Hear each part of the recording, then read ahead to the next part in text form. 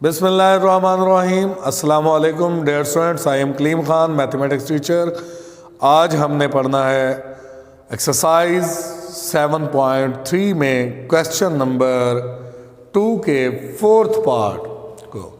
अब इस पार्ट के अंदर इनइक्वालिटीज़ दिखाई गई हैं और इनइक्वालिटीज़ में ग्रेटर देन ऐसे एक्सप्रेशन जिसके दरमियान में लेस देन और इक्वल टू का साइन या लेस देन ग्रेटर देन का साइन आ जाता है, तो वो एक्सप्रेशन जो है ना वो सेंटेंस बन जाते हैं। और सेंटेंस ये कंपाउंड इनइक्वालिटी की एक किस्म है और इसके अंदर 3 इज ग्रेटर देन और equal to 7 minus x over 2 greater than equal to 1, यानी कि एक हमारे पास ये इनइक्वालिटी ये है और दूसरी इनइक्वालिटी हमारे पास ये है। इसको हम अलग अलग मेथड से भी कर सकते हैं और सिंपल सादा मेथड से भी कर सकते हैं। तो यहाँ पर मैंने आपको सादा मेथड यूज़ कराया है ताकि आप गलती ना कर सकें, इसलिए गलती करने के चांसेस दूसरे मेथड में ज़्यादा होते हैं। तो हमने इस मेथड को चूज़ किया है ताकि आप क्वेश्चन को अच्छी तरह अटेम्प्ट भी कर सकें और आसानी के साथ हल भी हो जाए और आपको समझ भी आए।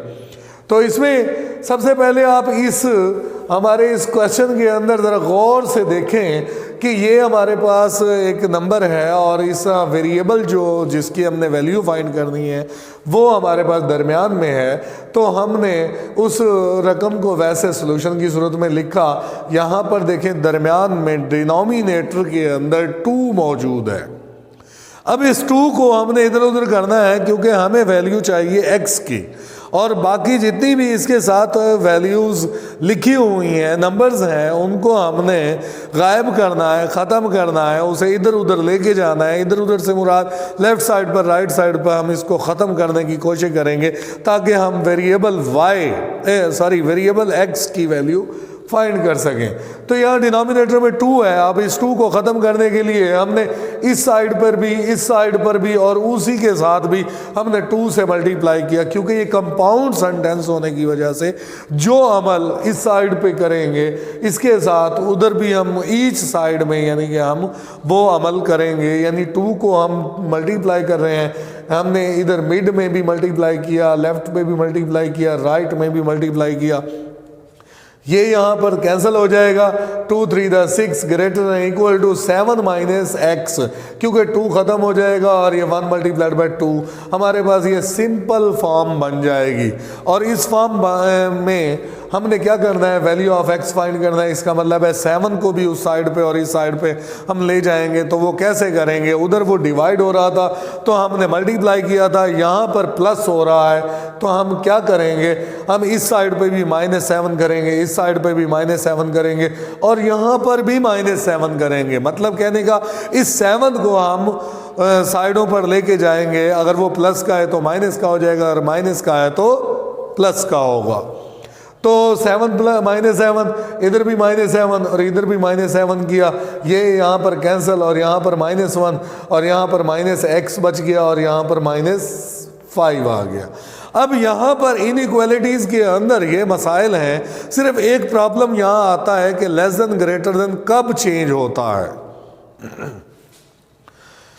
जब आपने वेरिएबल x की वैल्यू फाइंड करनी है और x के साथ माइनस का साइन लगा हुआ है, हमने उसको जब ख़त्म करना हो तो फिर हम -1 से मल्टीप्लाई करते हैं। If we multiply negative number in inequalities we change into less than into greater than into less than. हम क्या करते हैं, अगर किसी भी इनइक्वालिटी के अंदर नेगेटिव नंबर से मल्टीप्लाई करते हैं तो वो क्या कर देता है, वो नेगेटिव नंबर मल्टीप्लाई होने के बाद उसके लेस देन को ग्रेटर देन और ग्रेटर देन को लेस देन में चेंज कर देता है। तो यहाँ पर भी कुछ ऐसी सिचुएशन मौजूद है कि यहाँ पर हमने जैसे ही मल्टीप्लाई किया -1 से, यहाँ पर भी -1 से मल्टीप्लाई किया, यहाँ पर भी -1 से मल्टीप्लाई किया, तो इस -1 के मल्टीप्लाई करने से ये ग्रेटर देन लेस देन में चेंज हो गया, ये ग्रेटर देन लेस देन में चेंज हो गया। जैसे ही आप मल्टीप्लाई करेंगे उसी स्टेप के अंदर ही आपने लेस देन को ग्रेटर और ग्रेटर को लेस देन में चेंज करना होता है।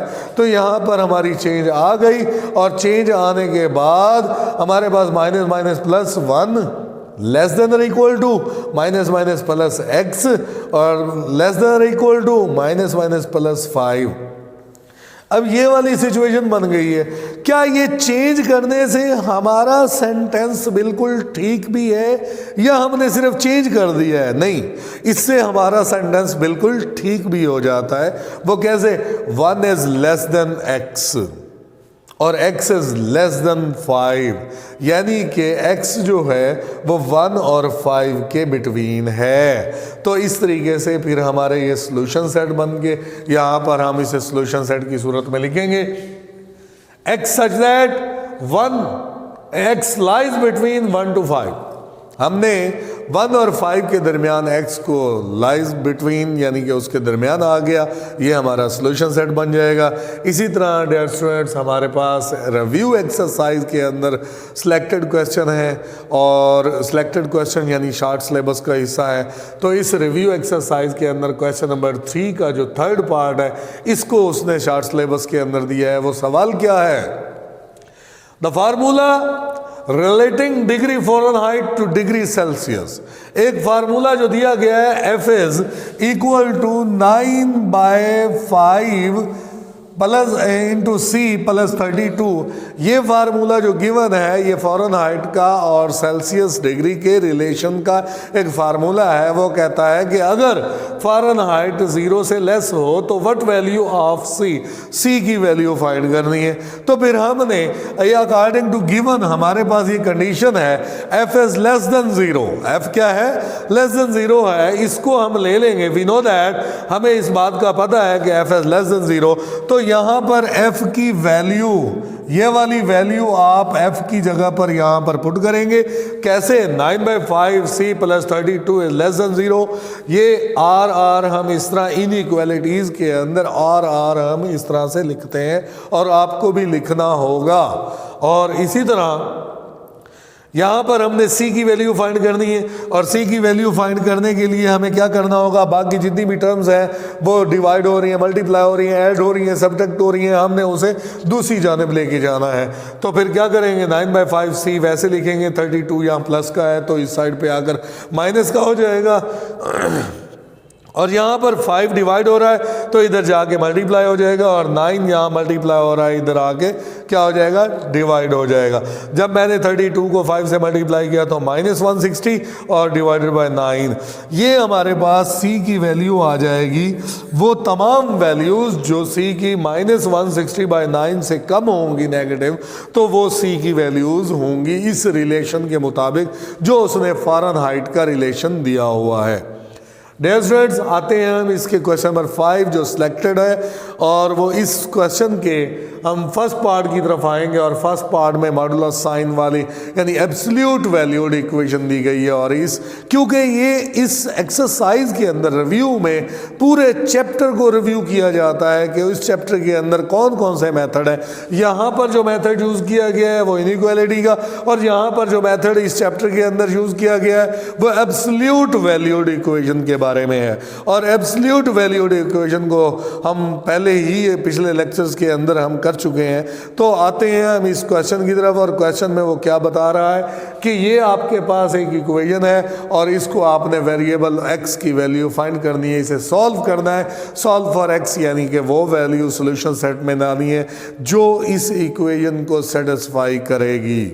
तो हम आते हैं क्वेश्चन की तरफ और ये क्वेश्चन हमारे पास इस तरह से लिखा हुआ है, माइनस का है तो इधर प्लस का हो जाएगा और प्लस का करने के बाद हमने लेफ्ट साइड पर सिर्फ मॉड वाली ही टर्म्स बचानी है, बाकी तमाम टर्म्स को दूसरी तरफ लेके जाना है। और उन तमाम टर्म्स को जो दूसरी तरफ गई हैं बाकी ये मॉड वाली बचाकर हम ये मॉड की क्या कंडीशंस होती हैं? देयर आर 2 पॉसिबिलिटीज़, एक पॉजिटिव और एक नेगेटिव। अब यहाँ पर एक पॉजिटिव वैल्यू हमने लिखी और एक नेगेटिव हमने वैल्यू लिखी, यानी कि एक ब्रैकेट के साथ या इसके साथ पॉजिटिव नेगेटिव लगा दें या इसके साथ पॉजिटिव नेगेटिव लगा दें। मैंने क्या किया, राइट साइड पर जो हमारे पास ब्रैकेट है उसमें एक के साथ प्लस लगा दिया और दूसरे के साथ मैंने माइनस लगा दिया। अब इन्हें बारी बारी जो है ना हम सॉल्व करते हैं और यहाँ पर देखें 3x + 14 और ये प्लस का है तो ये वैसे का वैसे रहेगा। 5 बड़ा है और 3 छोटा है तो 5 के पास 3 लेकर आए और ये 2 प्लस का है तो ये इधर आके माइनस का हो जाएगा, 12 बचेगा 2x और हमारे पास वैल्यू आ जाएगी x = 6। एक वैल्यू हमारे पास x = 6 आ गई। अब हम दूसरी तरफ आते हैं। दूसरी तरफ में क्या है, माइनस की वैल्यू है और इस माइनस ब्रैकेट के पीछे अगर माइनस का साइन हो तो वो क्या करता है, ब्रैकेट के अंदर तमाम वैल्यूज़ को वो वैल्यूज़ के साइन को चेंज कर देता है। तो इसी तरह -5x और माइनस प्लस -2 और माइनस का 5 छोटा है और प्लस का 3 बड़ा है तो माइनस के 5 को उठा के इधर ले आए तो क्या बनेगा, 5 + 3 8x बनेगा और ये 14 इधर जाके माइनस का होगा तो -14 और -2 -16 बनेगा। x की वैल्यू क्या आएगी, -2 आ जाएगा। अब बच्चे क्या करते हैं, गलती करते हैं, 6 और -2 ये सोल्यूशन सेट में लिख देते हैं लेकिन वो चेक नहीं करते। तो हमने क्या करना है, इसे बारी बारी चेक करना है कि क्या हमारी जो एब्सोल्यूट वैल्यू की दो वैल्यूज़ हमारी x की निकली हैं उनमें कौन सा सोल्यूशन सेट में है और कौन सा एक्सट्रेनियस है। सर ये एक्सट्रेनियस क्या है और सोल्यूशन सेट क्या है, जो वैल्यू x की उस ओरिजिनल इक्वेशन को सेटिस्फाई कर जाती है वो सोल्यूशन सेट होता है और जो ओरिजिनल इक्वेशन को वैल्यू सेटिस्फाई नहीं करती वो क्या होता है, वो हमारे पास एक्सट्रेनियस रूट होता है। अब हम क्या करेंगे, चेक करने के बाद फॉर वैल्यू ऑफ x = 6 इसको चेक करेंगे, x = -2 इसको चेक करेंगे। इन दो वैल्यूज़ को बारी बारी ओरिजिनल इक्वेशन के अंदर हम चेक करेंगे। जहाँ जहाँ x है वहाँ वहाँ आप 6 पुट कर दें और 6 पुट करने के बाद 14 + 8 18 जो कि 32 आता है और 32 क्योंकि पॉजिटिव है और मॉड इसलिए लगाया था मैंने कि अगर यहाँ पर माइनस का 32 आता तब भी वो पॉजिटिव ही लिखा करते हैं। मॉड जो है वो नेगेटिव वैल्यू को भी पॉजिटिव देता है और पॉजिटिव वैल्यू भी पॉजिटिव आती है। तो 32 - 2 ये 30 के इक्वल आ जाता है। इसका मतलब है लेफ्ट साइड राइट साइड के इक्वल आ गई। तो 6 ने ओरिजिनल इक्वेशन को सेटिस्फाई कर लिया। अब आते हैं x = -2, ये पुट करके देखते हैं। यहाँ पर -2 पुट करें और यहाँ पर भी -2 पुट करें। ये पुट करने के बाद मैंने देखा कि यहाँ पर 6 बचता है और यहाँ पर -10 आता है। तो इसका मतलब है कि ये लेफ्ट साइड राइट साइड के इक्वल नहीं है। इसका मतलब क्या हुआ, -2 ने जो x की वैल्यू -2 थी इसने सेटिस्फाई नहीं किया और 6 ने ओरिजिनल इक्वेशन को सेटिस्फाई कर लिया। मैंने आपको पहले बताया कि जो वैल्यू सेटिस्फाई करे वो सॉल्यूशन सेट और जो वैल्यू सेटिस्फाई ना करे वो एक्सट्रेनियस रूट कहलाता है। एक्सट्रेनियस रूट क्या होता है, फालतू असल कहलाता है। और इसी तरह डियर स्टूडेंट्स हम जो है ना एक इक्वेशन को सॉल्व करके वैल्यू निकाल के सोल्यूशन सेट की सूरत में लिखा करते हैं। हमारा सोल्यूशन सेट जो है ना वो 6 है और -2 एक्सट्रेनियस रूट है। तो डियर स्टूडेंट्स मैं उम्मीद करता हूँ कि आपको लेक्चर समझ आया होगा। अगर किसी किस्म का कोई प्रॉब्लम हो आप मुझसे रब्ता कर सकते हैं और किसी किस्म के कोई भी मसाइल हैं तो आप मुझसे डिस्कस कर सकते हैं। इंशाअल्लाह फिर मिलेंगे नेक्स्ट लेक्चर में। अस्सलामु अलैकुम।